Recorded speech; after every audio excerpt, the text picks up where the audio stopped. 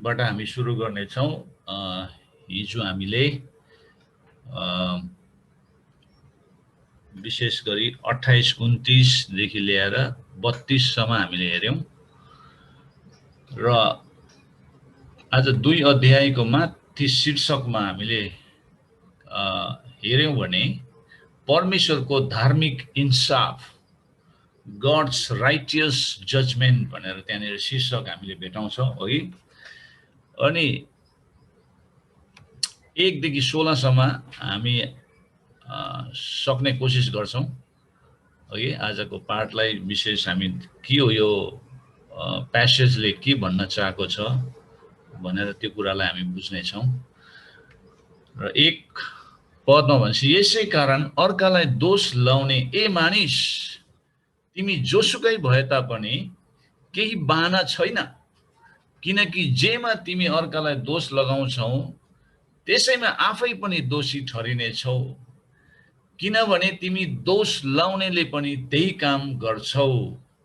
यस्ता काम गर्नेहरूमाथि परमेश्वरको इन्साफ ठिकसँग पर्छ भनेर हामी जान्दछौ।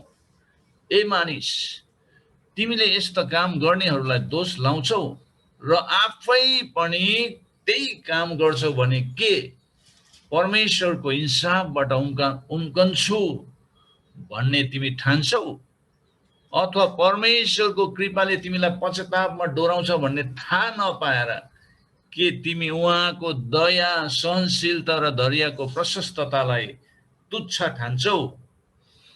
यहाँनिर प्रश्न गरेको हामी पाउँछौं है। प्रश्न गरेको हामी पाउँछौं। 3 पददेखि 4 पदसम्म चाहिँ प्रश्न गरेको छ। सबै मानिसहरूको लागि पाउलले यहाँ एउटा महत्त्वपूर्ण उपदेश अथवा अर्थी अथवा चेतावनी दिइरहेको हामी देख्छौं। अर्काको इन्साफ नगर भनेर हामीलाई परमेश्वरको वचनले पनि भनेको छ, येशूले पनि हामीलाई त्यो सिकाउनु भएको छ है। इन्साफ गर्नु हुँदैन, अरूलाई जज गर्नु हुँदैन भनेर। अरूको इन्साफ गर्न हामी कतिको इच्छुक छौं? हामी आफैलाई धार्मिक ठान्छौं, आफैलाई अरूको इन्साफ गर्न योग्यको ठान्छौं। हामी अरूहरूको पाप र गल्ती मात्र देख्छौं, तर आफ्नो पाप र गल्ती भने देख्दैनौ। मानिसको हरेक बाटो आफूलाई ठिकै लाग्ला भनेर हितोपदेशले भनेछ है। हितोपदेश 21:2ले भन्छ, मानिसको हरेक बाटो आफूलाई ठीक लाग्ला, तर हृदय जाँच्ने चाहिँ परमप्रभु नै हुनुहुन्छ।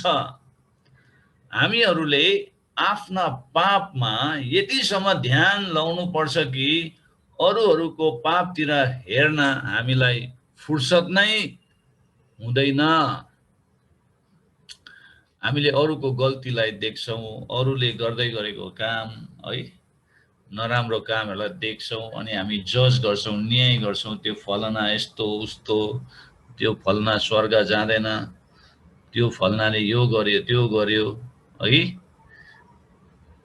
अनि यहाँनिर सन्दर्भ चाहिँ के हो भन्दाखेरि यहुदी यहुदीहरूले विशेष रोममा भएको मण्डली, अन्य जाति मण्डलीहरूलाई अथवा अन्य जातिहरूलाई जो ख्रीष्टमा आएको छैन उनीहरूले त्यो नजरले हेर्ने गर्थे। न्यायको नजरले अथवा इन्साफ गर्ने नजर, जज गर्ने नजरले उनीहरूले हेर्ने गर्थे, दोषाउने। अहिले पनि हामी चर्चेसहरूमा देख्छौं धेरै आत्मिकी देखाउने मान्छेहरूले अरूलाई पापी देख्छ है। जो बेसी आत्मिक हुँ भनेर आफूलाई सोचेको हुन्छ, म चाहिँ यिनीहरूभन्दा धेरै आत्मिकी छु, धेरै बाइबल पढ्छु, धेरै प्रार्थना गर्छु, धेरै उपवास बस्छु भनेर भित्रभित्र आफूलाई त्यसरी हेरिरहेको हुन्छ। त्यो व्यक्तिले अरूलाई चाहिँ ऊ भन्दा कम्ती प्रार्थना गर्ने, ऊ भन्दा कम्ती बाइबल पढ्ने, ऊ भन्दा कम्ती हैन परमेश्वरको काम गर्नेहरूलाई के गर्छ? उनीहरूले नराम्रो नजरले हेर्छ, न्याय अथवा इन्साफको नजरले हेर्छ। त्यो चाहिँ गल्ती हो। अनि यहाँनिर पाउलले त्यही भन्दछ कि तिमीहरूले त्यसरी दोष लगाउनु हुँदैन। अर्कालाई दोष लाउने, ए मानिस तिमी जोसुकै भए तापनि, चाहे तिमी यहुदी होस् चाहे तिमी यहुदी क्रिस्चियन किन नहोस्, चाहे तिमी अन्य जाति क्रिस्चियन किन नहोस्, प्रभु नपाएकोहरूलाई अथवा कमजोर भाइहरूलाई अथवा बहिनीहरूलाई दोष लगाउँछौ। तिमीले दोष लगाउँछौ भने त्यसैमा आफै पनि दोषी ठहरिनेछौ। अब हामीलाई येशूले मत्ती 7:1 मा भन्नुभएको छ हैन, अरूलाई दोषी नठहराओ र तिमीहरू पनि दोषी ठहराइनै छैनौ भनेर भन्नुभएको छ। यस्ता काम गर्नेहरूमाथि परमेश्वरको इन्साफ ठिकसँग पर्छ भनेर हामी जान्दछौ। अब यो कस्तो काम हो भन्दाखेरि हामीले हिजो हेरे 29 देखि 31 पदसम्म, एक अध्यायको 29 देखि 31 पदसम्म त्यस्तो काम गर्नेहरू परमेश्वरको इन्साफबाट उनीहरू उम्किन सक्दैन। हामी सबैलाई थाहा छ त्यस्ता काम गर्नेहरूमाथि परमेश्वरको इन्साफ ठिकसँग पर्छ भनेर।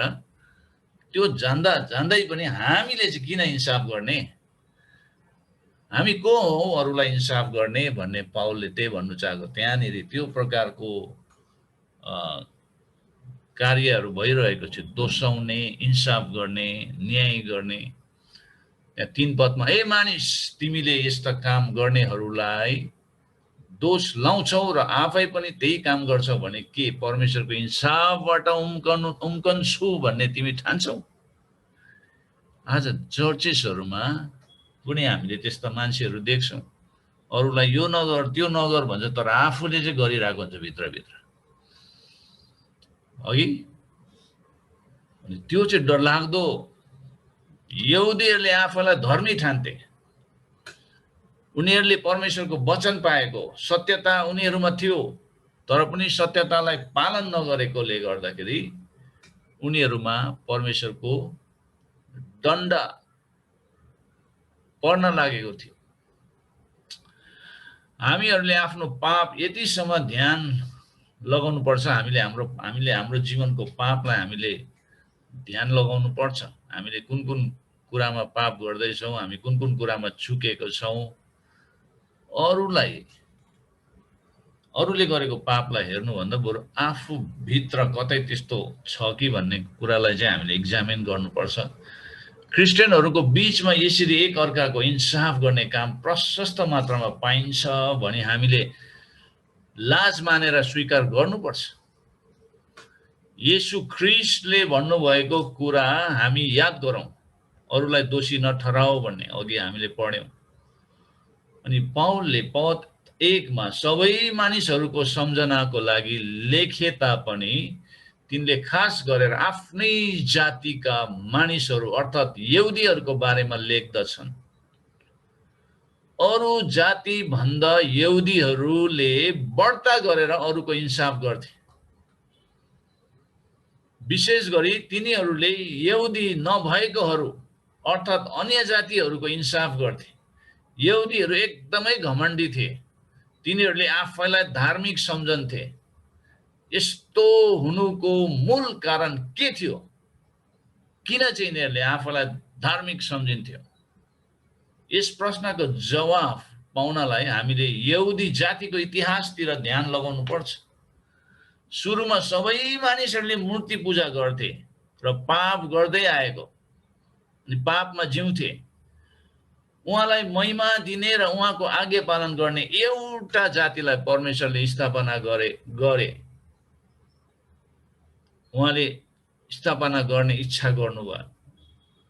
यसै कारण ख्रीष्टको समयभन्दा 2000 वर्ष जति अगाडि परमेश्वरले एकजना अब्राहम, जो अब्राहम थियो, अब्राहम भएपछि अब्राहम नभएको मानिसलाई नयाँ जाति अर्थात् यहुदी जातिको मूल पिता हुनलाई बोलाउनु भयो। हामीले उत्पत्ति 12 को 1 देखि 3 मा पाउँछ। Call of God in Abraham's life. अनि अब्राहम मूर्ति पूजा गर्ने घरानाको, मूर्ति बनाउने त्यस्तो घरानाबाट परमेश्वरले अब्राहमलाई बोलाउनु भयो यहुदी जातिको मूल पिता हुनलाई। आफ्नो जाति हुनको निम्ति परमेश्वरले यहुदीहरूलाई चुन्नुभयो। त्यसपछि परमेश्वरले तिनीहरूलाई व्यवस्था दिनुभयो, वचन दिनुभयो, जुन व्यवस्थामा 10 ठुलो आज्ञाहरू प्रमुख छन्। हामीले प्रस्थान 20 अध्यायमा गएर हेर्यौं भने 1 देखि 17 मा त्यहाँ 10 आज्ञाको बारेमा वर्णन गरेको छ। अब यहुदीहरू परमेश्वरबाट चुनेको हुनाले र उहाँको व्यवस्था पाएको हुनाले तिनीहरूले आफैलाई धर्मात्मा सम्झन थाले। हामी जस्तो धर्मात्मा को छ र? परमेश्वरले हाम्रो जातिलाई चुन्नु भयो, हामीलाई 10 आज्ञा दिनुभएको छ, व्यवस्था हामीलाई दिएको छ, वचन हामीमा आयो पहिला, अनि तिनीहरूले आफैलाई धर्मात्मा सम्झन थाले। त्यसको साथै तिनीहरूले सबै अन्य जातिहरूलाई तुच्छ भनेर ठान्न थाले। तुच्छ, अरूलाई चाहिँ तुच्छ, यिनीहरू चाहिँ तुच्छहरू। अन्य जातिहरू ईश्वर रहित पापी छन् भनेर यहुदीहरूले भन्दथे। तर पौलले यहाँ यहुदीहरूलाई भन्छन् कि तिनीहरू परमेश्वरले चुन्नु भएको जाति भए र तिनीहरूले व्यवस्था पाए तापनि आफ्नो हृदयमा तिनीहरूले व्यवस्था मान्दैन, बरु बाहिरी रूपमा मात्र तिनीहरूले मान्दछन्। देखावटी, त्यो के भन्छ त्यसलाई, पाखण्डी जस्तै भएर जिउँछ। येशूको समयमा पनि त्यस्तो यहुदीहरूसँग येशूको जमघाट कति भयो, एन्काउन्टर कति भयो, बहस भयो है, वाद विवाद भएको छ यहुदीहरूसँग। तिनीहरूले आफूलाई धर्मी ठान्थे र तिनीहरूले व्यवस्था पाए तापनि आफ्नो हृदयमा तिनीहरूले व्यवस्था मान्दैन थियो। अन्य जातिहरूको हृदय जस्तै तिनीहरूको हृदय पनि उस्तै पापी थिए। एक किसिमबाट यहुदीहरू अन्य जाति भन्दा झन दोषी थिए। किनभने परमेश्वरको आज्ञाहरू के हुन् भनी अन्य जातिहरूलाई भन्दा तिनीहरूलाई बढी थाहा थियो। तर पनि तिनीहरूले आफ्नो पाप चिन्न सकेन। द्याट इज त्यो चाहिँ दुःख लाग्दो कुरा। आज हामीलाई परमेश्वरले समयमा चुन्नु भयो, बचाउनु भयो। हामीलाई परमेश्वरले सत्यताको वचन हामीलाई दिनुभएको छ। बाइबल, परमेश्वरको वचन के गर्नुहुन्छ के गर्नु हुँदैन हामीलाई थाहा हुँदा हुँदै पनि हामीले गर्छौं भनेदेखि हामी के परमेश्वरको इन्साफबाट उम्किन सक्छौं? यहुदीहरू उम्किन सकेन। यहुदीहरूले आफूलाई धर्मात्मा सोच्थ्यो। उनीहरूले त्यो आज्ञाहरू पाए, व्यवस्था उनीहरू कहाँ आए? मूसाद्वारा व्यवस्था आए, तर पनि उनीहरूले त्यो पालन गरेन। उनीहरू देखावटी टाइपको जीवन जिउँथ्यो, पाखण्डी, धर्मात्मा, अरूको अगाडि धर्मात्मा, त्यस्ता मान्छेहरू थियो। त्यही लागि पौलले भन्दछ, दोष लाउनेहरू तिमीहरू पनि दोषी ठहरिनेछौ। त्यसैले अरूलाई दोष नलगाऊ। अब यस्तो काम गर्नेहरू अन्य जातिहरूमाथि परमेश्वरको इन्साफ ठिकसँग पर्छ भन्ने हामी सबैलाई थाहा छ। अनि यस्ता मानिसहरूलाई तिमी चाहिँ किन दोष लगाउँछौ? तिमीले दोष लगाउँछौ भने तिमी आफै पनि दोषी ठहरिन्छौ। किन भन्दाखेरि तिमी आफैले अरूलाई त नगर नगर, यस्तो हुँदैन, यो गर्नु हुँदैन भन्छ, तर तिमी चाहिँ भित्रभित्र गरिरहेको छौ भनेको। त्यो परमेश्वरमा पक्षपात छैन, पार्शियलिटी छैन। उहाँले सत्यता अनुसार अथवा पक्षपात बिना न्याय गर्नुहुन्छ, इन्साफ गर्नुहुनेछ। हाम्रो बाहिरी व्यवहार होइन, तर हाम्रो भित्री हृदयको इन्साफ उहाँले गर्नुहुनेछ। भित्री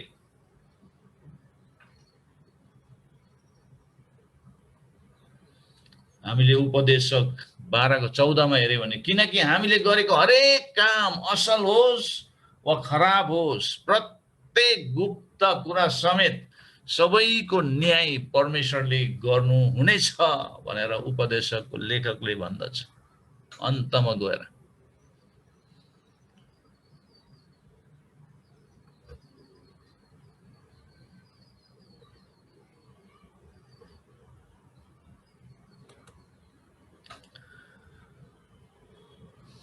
र 4 पदमा भनेको छ, अथवा परमेश्वरको कृपाले तिमीलाई पश्चातापमा डोर्याउँछ भन्ने थाहा नपाएर के तिमी उहाँको दया, सहनशीलता, धैर्यको प्रशस्ततालाई तुच्छ ठान्छौ भनेर प्रश्न हुँदैछ।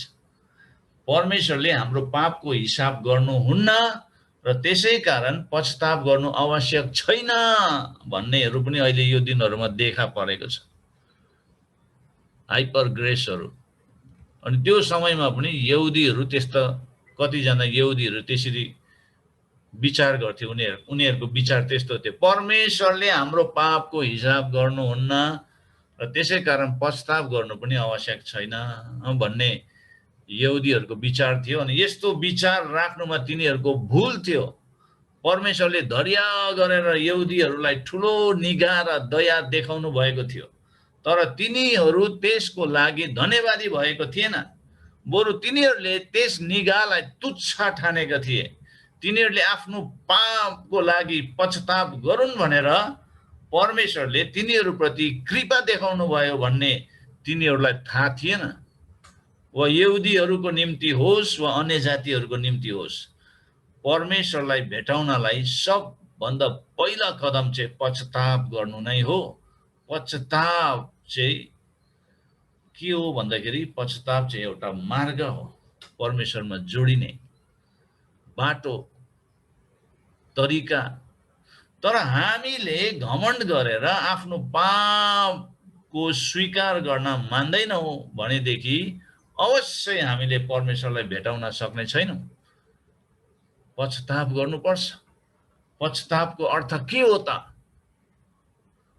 पहिला आफ्नो पापलाई चिनेर स्वीकार गर्नु। पश्चातापको अर्थ पहिला चाहिँ आफ्नो पापलाई चिनेर स्वीकार गर्नु। यस, यो चाहिँ पाप हो भनेर आफूले स्वीकार गर्नु। दोस्रो, पापबाट फर्किनु। मैले अस्ति भनेको थिएँ नि, युटर्न। अब म यो काम गर्दिनँ, मैले यो पाप रहेछ, यो चाहिँ मैले गर्नु हुँदैन भनेर चाहिँ अब फर्किनु। त्यो काम गर्नबाट फर्किनु, त्यो कुराबाट फर्किनु, फनक्कै फर्किनु, युटर्न। त्यो पश्चाताप। पापलाई स्वीकार गरेर मात्र पुग्दैन। कतिजनाले पापलाई स्वीकार गर्छ, यो चाहिँ पाप हो, यस, दिस इज सिन, थाहा छ, तर भोलि गएर त्यही काम गर्छ। पापबाट फर्किँदैन, स्वीकार मात्रै गर्छ। हुँदैन त्यसरी। पापलाई स्वीकार गरेर मात्र पुग्दैन। खाली पापबाट फर्केर अर्थात् पापको काम त्यागेर मात्रै हामीले साँचो पश्चाताप गरेका हुन्छौँ। साँचो पश्चाताप चाहिँ त्यो हो। पापलाई मानि पनि लिनु, छोडी पनि दिनु, यसैलाई साँचो पश्चाताप भनिन्छ। हितोपदेश 28 को 13 मा गएर हेर्यो भने, आफ्ना पापहरू लुकाउनेको उन्नति हुँदैन, तर जसले ती स्वीकार गर्छ र त्याग्छ भनेको छ, त्यहाँ त्यसले कृपा पाउँछ भनेको छ। त्याग्छ, स्वीकार गरेर मात्रै हुँदैन। म पापी हुँ प्रभु, म पापी मानिसलाई क्षमा गर्नुहोस्, मैले हिजो यो गरेँ त्यो गरेँ मलाई क्षमा गर्नुहोस् भनेर हुँदैन। अबदेखि म गर्दिन भनेर फर्किनु पर्छ, त्याग्नु पर्छ। वचनले भनेको छ आफ्नो पापहरू लुकाउनेको उन्नति हुँदैन, तर जसले ती स्वीकार गर्छ र त्याग्छ भन्नुहोस् त, त्याग्छ, त्यसले मात्रै कृपा पाउँछ, परमेश्वरको कृपा। अनि परमेश्वरको कृपाले मात्रै हामीलाई पश्चातापमा डोर्याउँछ भन्ने थाहा नपाएर के तिमी उहाँको दया, सहनशीलता र धैर्यको प्रशस्ततालाई तुच्छ ठान्छौ भनेर पाउलले यहुदीहरूलाई भनिरहेको छ मेसेजमा, सन्देशमा। त्यस्तो पाखण्डीहरूलाई, त्यो क्रिस्चियन, अहिलेको सन्दर्भमा क्रिस्चियनहरूलाई जसले चाहिँ वचन पाएको छ, जसले ज्ञान पाएको छ, पापको बारेमा उनीहरूलाई थाहा छ कुन चाहिँ पाप हो, कुन चाहिँ होइन भनेर थाहा हुँदै पनि त्यो काम गर्न अघि बढ्छ र अरूलाई चाहिँ देख्ने बित्तिकै जजमेन्ट पास गरिहाल्छ, इन्साफ गरिहाल्छ। त्यस्तोहरू चाहिँ परमेश्वरको इन्साफबाट उम्कन्छौ भन्ने तिमी ठान्छौ भनेर त्यहाँ प्रश्न हुँदैछ। डरलाग्दो छ।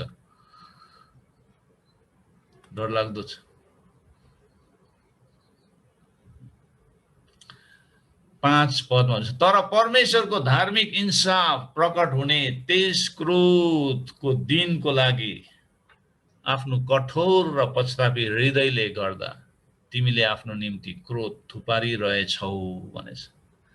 परमेश्वर हाम्रो दयालु कृपालु पिता हुनुहुन्छ भन्ने कुरा पूर्णतयामा सत्य हो, तर यो पनि सत्य हो कि पापको लागि परमेश्वर मानिसहरूलाई सजाय दिनुहुन्छ। पापको विरुद्धमा उहाँको क्रोध ज्यादै भयानक छ भन्ने कुरा हामीलाई हिब्रूको लेखकले भन्दछ। हिब्रू 10 को 30 देखि 31 मा हेर्यो भने, किनकि प्रतिशोध लिने काम मेरो हो, प्रतिफल म दिनेछु भन्नुहुनेलाई हामी चिन्छौँ। यसो पनि भनेको छ, परम प्रभुले आफ्नो मानिसहरूको इन्साफ गर्नुहुनेछ।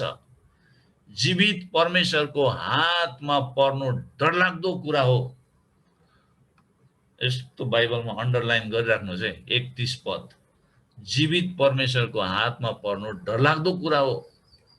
हिब्रूको लेखकले त्यसरी भनेको हामी पाउँछौँ। हिब्रू 10 को 31 मा। अनि 12 को 29 मा यस्तो भन्छ, किनभने हाम्रो परमेश्वर भस्म पार्ने आगो हुनुहुन्छ, रिफाइनिङ फायर, भस्म पार्ने आगो। त्यो हामीले बिर्सिनु हुँदैन। हामी जानेर पनि पाप गर्छौं भनेदेखि त त्यो त अन्याय भयो, अत्याचार भयो। हामीले अरूलाई नगर भन्छ तर आफू गर्छौं, हो कि? डरलाग्दो। अनि यो कम्प्लिट यो 2 च्याप्टरमा हामीले पढ्दाखेरि हामीले के देख्छौं भन्दाखेरि यहाँ तीनवटा भन्दा पनि 4वटा कुरालाई हामीले बुझ्न सक्छौं। त्यो के हो भन्दाखेरि परमेश्वरले पाउलले यहुदीहरूलाई, अन्य जातिहरूप्रति यहुदीहरूको मनोवृत्ति, एटिट्युडलाई चुनौती दिँदै गरेको हामी पाउँछौँ। He is challenging the attitude of Jews towards Gentiles. अब कतिवटा ठाउँमा पाउलले जेन्टाइल्स, अन्य जाति भन्ने शब्द चलाएको छ, कतिवटा ठाउँमा ग्रीक्स भन्ने शब्द चलाएको छ। किनभने त्यो समयमा ज्यूस एन्ड ग्रीक्स, यो दुईवटा शब्द चलाएको छ। ज्यूस भनेको चाहिँ यिनीहरू चाहिँ व्यवस्था पाएको मान्छेहरू हो, परमेश्वरले चुनेको जातिहरू। ग्रीक्स भनेको चाहिँ अन्य जातिहरू, यिनीहरू देवी देवता मूर्ति पूजा गर्नेहरू। अनि यहाँनिर हामीले हेर्यौं भनेदेखि अन्य जातिलाई चाहिँ यहुदीहरूको एटिट्युड कस्तो थियो त्यसमाथि चाहिँ चुनौती फालेको हामी देख्छौं। दोस्रो, परमेश्वरको न्यायको बुझाइलाई प्रस्तुत गर्दै गरेको हामी पाउँछौँ। कसरी, के, कहिले भन्ने कुरा, हाउ, व्हाट एन्ड व्हेन भन्ने कुरा। तेस्रो चाहिँ विवेकको काम प्रकट गर्दैछ। He is revealing the work of the conscience. त्यसले विवेकको कामलाई प्रकट गर्दै गरेको हामी पाउँछौँ। अनि साँचो यहुदी को हो भनेर प्रस्तुत गर्दै गरेको, अनि त्यसपछि हामी यस अध्यायमा पाउलले बताउँदै गरेको मुख्य सत्यलाई प्रस्तुत गर्दै गरेको हामी पाउँदछौँ। अब त्यो कुरालाई हामी हेर्न गइरहेको छौँ। पहिलो चाहिँ अन्य जातिहरूप्रति यहुदीहरूको मनोवृत्तिलाई चुनौती दिँदै गरेको हामी हेर्नेछौँ। पाउलले यहाँ यहुदीहरूलाई सम्बोधन गर्दै थिए, जो व्यवस्था नभएको अन्य जातिहरूप्रति तिनीहरूको दृष्टिकोणलाई चुनौती दिइरहेका थिए। अब ग्रीसबाट आएको ग्रीकहरूलाई पाउलले ग्रीक शब्द प्रयोग गरेको होइन, तर सामान्यतमा ग्रीक भन्नाले अन्य जातिहरूलाई भनेको हो भन्ने कुरालाई हामीले बुझ्नुपर्छ। यी सत्यहरूलाई विचार गर्दा आज हामी आफूलाई ती मसीहीहरू, ती क्रिस्चियनहरूको रूपमा लागू गर्न सक्छौँ जससँग परमेश्वरको वचन छ, सत्यको समझ छ। सत्य नभएकोहरूलाई हामी कसरी हेर्दैछौँ? सत्य नपाएकोहरूलाई, सत्य नबुझेकोहरूलाई, सत्य ग्रहण नगरेकोहरूलाई हामीले कसरी हेर्दैछौँ? हामीले तिनीहरूलाई पापी दृष्टिकोणबाट हेरिरहेको छौँ कि तिनीहरूलाई हामीले दोषी दृष्टिकोणबाट हेरिरहेको छौँ कि यहुदीहरूले अन्य जातिहरूलाई कस्तो व्यवहार गरेको थियो, कसरी हेर्ने गर्थे? अरूको न्याय गर्न मैले आफूलाई उही मापदण्डद्वारा उत्तरदायी राख्नु आवश्यक पर्छ। मैले कसैलाई न्याय गर्दाखेरि म पनि त्यही मापदण्डद्वारा मलाई पनि जवाबदेही बनाउँछ एक दिन। मैले पनि त्यही मापदण्डद्वारा नै एक दिन मेरो पनि न्याय हुन्छ भन्ने कुरा चाहिँ हामीले बुझ्नुपर्छ। We must hold ourselves accountable to the same, भन्नुको मतलब त्यही स्ट्यान्डर्डमा मलाई पनि न्याय गरिनेछ। अरूको न्याय गर्नु र गलत अभ्यास गर्दा म निन्दित हुन्छु। मलाई परमेश्वरको न्यायबाट उम्कन दिने छैन। म पनि न्यायमा पढ्छु। रोमी 2:4 के भन्छ? अथवा परमेश्वरको कृपाले तिमीलाई पश्चातापमा डोर्याउँछ भन्ने थाहा नपाएर के तिमी उहाँको दया, सहनशीलता, धैर्य, प्रशस्ततालाई तुच्छ ठान्छौ? यहुदीहरू पहिला र अन्य जातिहरूले खराब काम गर्ने सबैमाथि परमेश्वरको धार्मिक न्याय पक्षपात बिना नै हुन्छ। यहुदीहरू पहिला भनेछ, सेकेन्डमा चाहिँ अन्य जातिहरू। किन यहुदी पहिला भनेको? किनभने तिनीहरूलाई परमेश्वरको वचन पहिला दिएको थियो, त्यसैले न्याय पनि तिनीहरूको पहिला हुन्छ। बाइबलमा हामीले देख्छौँ नि है, परमेश्वरको घरबाट नै न्याय सुरु हुन्छ भनेर। त्यो चाहिँ यहुदीहरूको घरबाट सुरु हुन्छ न्याय चाहिँ।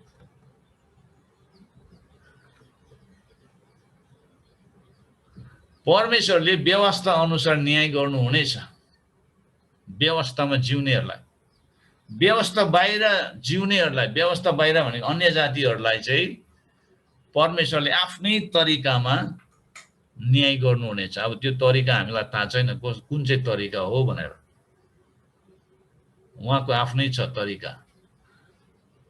यहुदीहरू गर्व गर्थे कि उनीहरूसँग लिखित रूपमा व्यवस्था अथवा खतना करारको चिन्ह थियो। पाउलले स्पष्ट पार्छ कि यी चीजहरू मात्र भएकोले वा व्यवस्था सुनेर मात्र मूल्य हुँदैन। यदि तिनीहरूले व्यवस्थाले मागेको कुरा उल्लङ्घन गर्यो भने उनीहरू पनि न्यायमा पर्छ। अब व्यवस्थाले त धेरै कुराहरू माग गरेको छ। मान्छे व्यवस्थाको स्ट्यान्डर्डमा, त्यो स्तरमा जिउन सक्दैन। त्यसैले त त्यो व्यवस्थालाई पूरा गर्नका लागि येशू आउनुभयो। अब त्यो कुरा हामी 3rd च्याप्टरमा हेर्छौँ। व्यवस्था पाएकोहरूले घमण्ड नगरोस्, किनभने व्यवस्थाले पनि उनीहरूलाई बचाउँदैन। अथवा व्यवस्था नपाएकोहरूले पनि अब हाम्रो लागि न्याय छैन भनेर अब जस्तो सुकै जीवन जिउनु भएन, उनीहरूको पनि न्याय हुन्छ, उनीहरू पनि उम्किनु सक्दैन। परमेश्वरले चाहिँ पक्षपात गर्नुहुन्न भन्ने कुरालाई हामीले अघि हेर्यौं। अब दोस्रो, परमेश्वरको न्यायको बुझाइलाई प्रस्तुत गर्दै गरेको हामी पाउँछौं। कसरी, के, कहिले भन्ने कुरालाई। अब कसरी परमेश्वरले न्याय गर्नुहुन्छ भनेदेखि परमेश्वरले यस्ता काम गर्नेहरू सबैको इन्साफ ठिकसँग अर्थात् सत्यता अनुसार अथवा पक्षपात बिना गर्नुहुनेछ भनेर हामीले रोमी 2:2 मा हेर्यौं। रोमी 2:2 मा हाम्रो बाहिरी व्यवहार होइन, तर हाम्रो भित्री हृदयको इन्साफ उहाँले गर्नुहुनेछ। परमेश्वरले कसरी न्याय गर्नुहुन्छ भन्ने प्रश्नको उत्तर चाहिँ यसरी हामीले दिनु सक्नुपर्छ। उहाँले चाहिँ ठिकसँगले सत्यता अनुसार र पक्षपात बिना गर्नुहुनेछ। हाम्रो बाहिरी व्यवहारलाई हेरेर होइन, तर भित्री हृदयको इन्साफ उहाँले गर्नुहुनेछ। अनि 2:5 ले भन्छ परमेश्वरको धार्मिक इन्साफ, उहाँले चाहिँ इन्साफ, उहाँको इन्साफ चाहिँ धार्मिक छ। Righteous judgement, God's righteous judgement. अनि तेस्रो चाहिँ पक्षपात बिना, उहाँको न्याय, उहाँको इन्साफमा पक्षपात छैन। चौथो चाहिँ 2:16 ले भन्छ, 2:16 ले भन्छ सुसमाचार अनुसार येशू ख्रीष्टद्वारा मानिसहरूको गुप्त कुराको इन्साफ गर्नुहुनेछ। हामी मण्डलीलाई चाहिँ एक दिन सुसमाचार अनुसार ख्रीष्ट येशूद्वारा गुप्त कुराको इन्साफ चाहिँ हाम्रो हुनेछ। अब के न्याय गर्नुहुन्छ? अर्को प्रश्न, के न्याय गर्नुहुन्छ? हाम्रो कार्यहरू, हामीले गरेको कार्यहरूको न्याय हुन्छ। हामीले कस्तो काम गर्दैछौँ? अघि हामीले उपदेशकमा हेर्यौं नि, के गर्दैछौँ हामीले, त्यसको न्याय हुन्छ। सत्य धार्मिकताको अधीनमा अथवा अनाज्ञाकारितामा, कुन कुरामा हामी जिउँदैछौँ? दोस्रो, हाम्रो खोजी 2:7 अनुसार, अथवा हाम्रो कार्य भन्नुको मतलब 6 देखि 11 सम्म, 2:6 देखि 11 सम्म के न्याय गर्नुहुन्छ भन्दाखेरि हाम्रो कार्यहरू, हामीले गरेको कार्यहरू 6 देखि 11 पदसम्म के कार्यहरूको बारेमा त्यहाँ लेखेको छ त्यो अनुसार। 2:7 मा भनेको छ हाम्रो खोजी, महिमा, सम्मान, अमरत्व, त्यस्ता कुराहरूको हामी खोजी गर्दैछौँ कि हामी आफ्नै कुराहरूलाई खोज्दैछौँ? स्वयं, सेल्फ। धैर्यसँग असल काम गरेर महिमा, इज्जत, अमरत्व खोज्नेहरूलाई चाहिँ उहाँले अनन्त जीवन दिनुहुनेछ। हाम्रो खोजी कुन कुरामा छ? हाम्रो खोज कुन कुरामा छ? त्यो अनुसार हामीलाई न्याय गरिनेछ। यदि हामीले परमेश्वरको राज्य र उहाँको धार्मिकताको खोजी गर्दैछौँ भनेदेखि हामी सही कुरामा जाँदैछौँ। तर यदि हामीले संसारको कुराहरूको खोजी गर्दैछौँ भनेदेखि हामी गलत खोजमा छौँ। त्यसले हामीलाई अन्तमा लगेर खतम बनाउँछ। के न्याय गर्नुहुन्छ भन्दाखेरि हाम्रो कार्यहरू, हाम्रो खोजहरू, what are we searching in life? हामी कुन कुरालाई खोज्दैछौँ जीवनमा?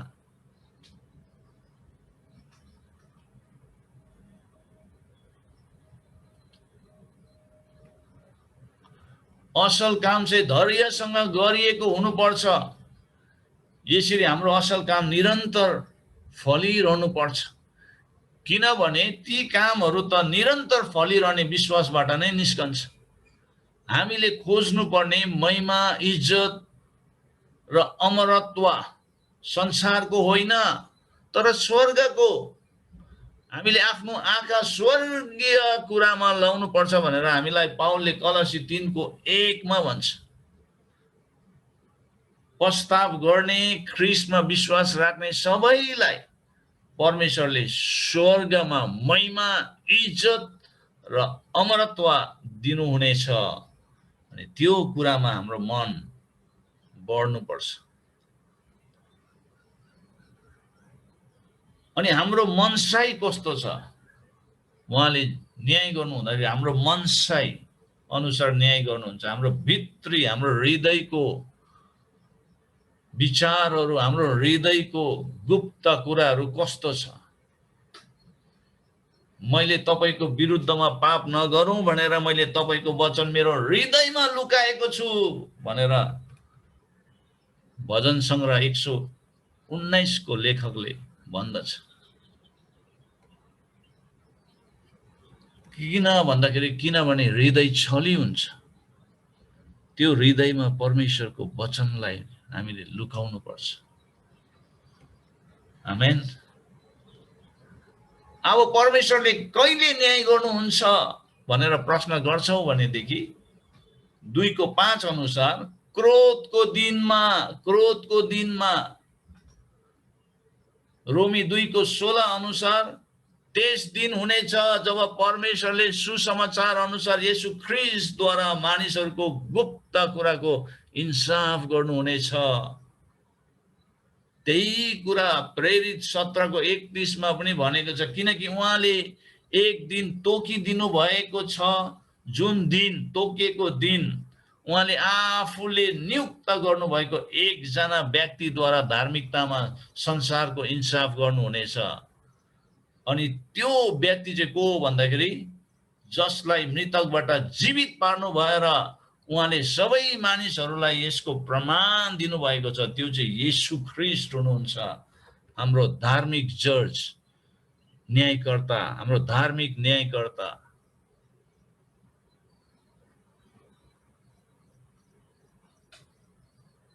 कहिले परमेश्वरले न्याय गर्नुहुन्छ भन्दाखेरि क्रोधको दिनमा, उहाँले तोक्नु भएको दिनमा।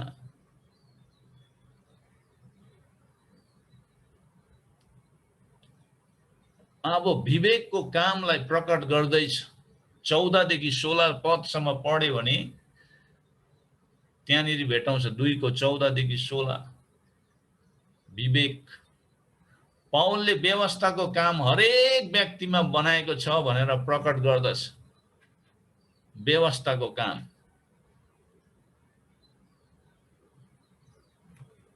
हामी 14 पदलाई हेरौं।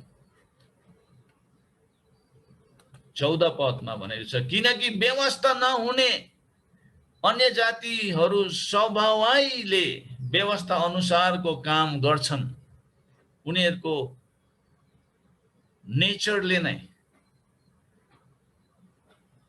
तिनीहरूको व्यवस्था नभए तापनि तिनीहरू आफ्नो निम्ति आफै व्यवस्था हुन्छन् भनेको छ। त्यो भनेको चाहिँ के हो भन्दाखेरि धेरै अन्य जातिहरूले यहुदी व्यवस्था को थाहा नपाएर पनि व्यवस्थाले जे भन्छ स्वभावले नै त्यसको पालन गर्छ। कसरी भन्दाखेरि हामीले अब जस्तै स्वाभाविक व्यवस्था मान्दछ भनेको जस्तै स्वाभाविक नेचुरल ल उनीहरूले मान्छ। उदाहरणको लागि चाहिँ यहुदी व्यवस्थाले भन्छ नमारा, नचोरा।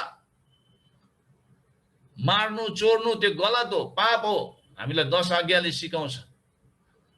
तर अन्य जातिहरूलाई पनि मार्नु र चोर्नु खराब काम हो भनेर उनीहरूलाई थाहा हुन्छ। कसरी? उनीहरूको विवेकले त्यो कुरालाई बताउँछ। त्यो चाहिँ के हो भन्दाखेरि नेचुरल ल, स्वाभाविक व्यवस्था भन्छ त्यसलाई। त्यो चाहिँ परमेश्वरको परमेश्वरले सृष्टि गर्नु हुँदाखेरि नै मान्छेको जीवनमा त्यो कुरा हालिदिनु भएको छ, किनभने we all are created in his image. उहाँको प्रतिरूपमा हामी बनिएको हौँ त सबै, चाहे अन्य जाति, चाहे यहुदी, अन्य जाति भन्नुको मतलब चाहे त्यो बुद्धिस्टहरू, हिन्दूहरू, जो पनि मूर्ति पूजा गर्नेहरू, त्यो सबैमा त्यो एउटा नेचुरल ल भित्र छ, उनीहरूमा हालिदिएको छ। अनि उनीहरूमा त्यो विवेक परमेश्वरले सृष्टि गरिदिनु भएको छ हरेकको जीवनमा। त्यो विवेकले उनीहरूलाई दोषाउँछ। त्यो विवेकले भन्छ मार्नु हुँदैन, त्यो त गल्ती हो, चोर्नु पनि हुँदैन।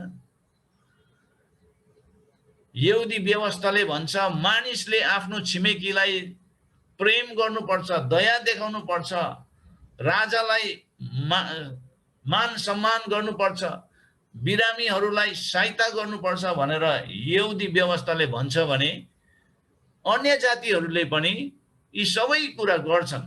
असल र खराबको भेद तिनीहरूलाई थाहा हुन्छ, किनभने आफ्नो विवेकले तिनीहरूलाई त्यो भेद देखाउँछ। तिनीहरूले खराब काम गर्दा आफ्नो विवेकले तिनीहरूलाई दोष लगाउँछ र असल काम गर्दा त्यो विवेकले तिनीहरूलाई समर्थन गर्छ। वास्तवमा मुख्य कुराहरूको बारे यहुदी व्यवस्था र स्वाभाविक व्यवस्थामा त्यति फरक देखिँदैन। नेचुरल ल र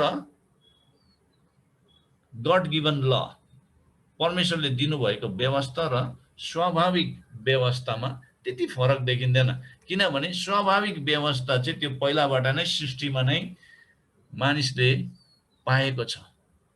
चाहे त्यो हिन्दू, मुस्लिम, जो पनि किन नहोस्, त्यो अलरेडी इनबिल्ड हो, बनिँदाखेरि नै त्यो इनबिल्ड भएर आएको। पछि गएर यहुदीहरूलाई चाहिँ परमेश्वरले मूसाद्वारा व्यवस्था दिनुभयो, व्यवस्था ल दिनुभयो। अनि लले जे भन्छ विवेकले पनि त्यो कुरालाई समर्थन दिन्छ। तर स्वाभाविक व्यवस्था मानिसहरूको हृदयमा लेखेको हुन्छ। मूसाले दिएको व्यवस्था चाहिँ पाटीमा लेखेर ल्याएको थियो। पाटीमा लेखेको र हृदयमा लेखेको कुरामा अन्तर छ। पाटीमा लेखेको चाहिँ हामीले पढेर बुझ्नु पर्यो, त्यो कुरालाई लिनु पर्यो, आज्ञा पालन गर्नु पर्यो। तर हृदयमा परमेश्वरले सृष्टिमै दिनुभएको, लेखिदिनु भएको चाहिँ त्यो चाहिँ स्वाभाविक व्यवस्था भनेर हामीले बुझ्नुपर्छ। त्यसैले परमेश्वरको इन्साफबाट कोही पनि बाँच्न सक्दैन, किनभने उहाँले पक्षपात गर्नुहुन्न। उहाँले सबैलाई उनीहरूले गरेको कार्य, मनसाई, खोज, यस्ता कुराहरूबाट उहाँले न्याय गर्नुहुनेछ। त्यो र यो विवेक हो कि सही र गलत के हो भनेर औलाउँदै समान व्यवस्थाको कामलाई प्रभावकारी रूपमा प्राप्त गर्दछ। हाम्रो विवेकले हामीलाई दोषी ठहराउँछ। हाम्रो विवेकले। तर यस्तो समय आउँछ हामी पाप गर्दा गर्दा गर्दा गर्दा गर्दा एक दिन विवेकले पनि दोषाउन छोड्छ। त्यसको मतलब चाहिँ के हो भन्दाखेरि हामी भुत्ते भइसकेको हुन्छ। भुत्ते, खुकुरी भुत्ते भयो भने लाग्छ, लाग्दैन नि। अनि पापले मान्छेलाई त्यसरी ब्लाइन्ड बनाइसकेको हुन्छ, अन्धा बनाइसकेको हुन्छ। उसले के गर्दैछ उसको विवेकले पनि उसलाई भन्नु छोड्छ, दोषाउनु छोड्छ। अनि त्यो मान्छे चाहिँ के हो भन्दाखेरि मरे तुल्य, is dead in his spirit. ऊ आत्मामा मरिसकेको छ। Is dead in his conscience. ऊ आफ्नो विवेकमा पनि मरेको छ। त्यस्तो अवस्थामा चाहिँ हामी पुग्नु हुँदैन। र हामी 2 अध्यायको 1 देखि 16 पदलाई हामीले समराइज भर्जनमा हामीले आज हामीले हेर्यौं र हामी भोलि